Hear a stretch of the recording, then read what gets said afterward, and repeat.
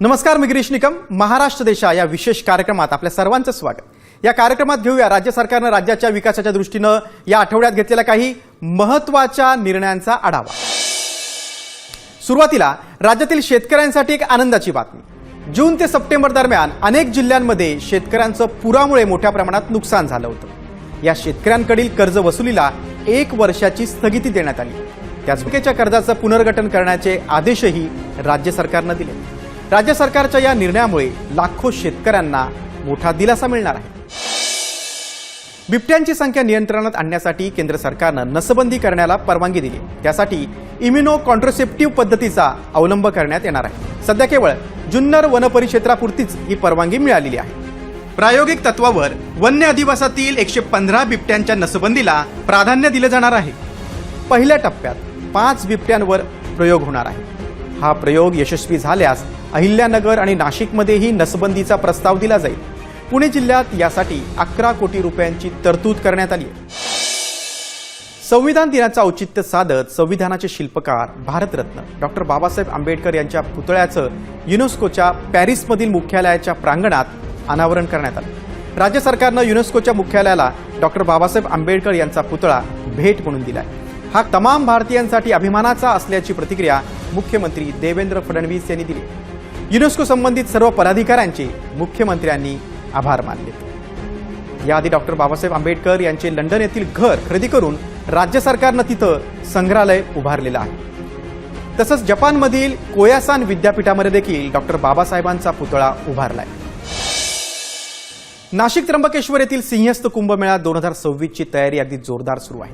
कुंभमेळ्याच्या बोधचिन्हासाठी नाशिक त्र्यंबकेश्वर कुंभमेळा विकास प्राधिकरणानं देशव्यापी स्पर्धेचे आयोजन केले. प्राधिकरणाचे अध्यक्ष आणि विभागीय आयुक्त डॉक्टर प्रवीण गेडाम यांनी देशभरातील नागरिकांना या स्पर्धेत सहभागी होण्याचं आवाहन केलं. स्पर्धेसाठी 20 डिसेंबर 2025 पर्यंत प्रस्ताव पाठवण्यात येतील. विजेत्यांसाठी आकर्षक बक्षीस जाहीर करण्यात आली आहेत. पहिल्या क्रमांकासाठी 3 लाख, दुसऱ्या क्रमांकासाठी 2 लाख रुपये आणि तिसऱ्या क्रमांकासाठी 1 लाख रुपये रोख आणि प्रमाणपत्र असं बक्षिसाचं स्वरूप असेल. शालेय विद्यार्थ्यांचा प्रवास सोयीस्कर व्हावा, कोणतीही अडचण आल्यास तत्काळ मदत मिळावी यासाठी राज्य सरकारनं एक हेल्पलाईन सुरू केली. 1800-221-251 या क्रमांकानं ही हेल्पलाईन विद्यार्थ्यांसाठी सुरू करण्यात आली.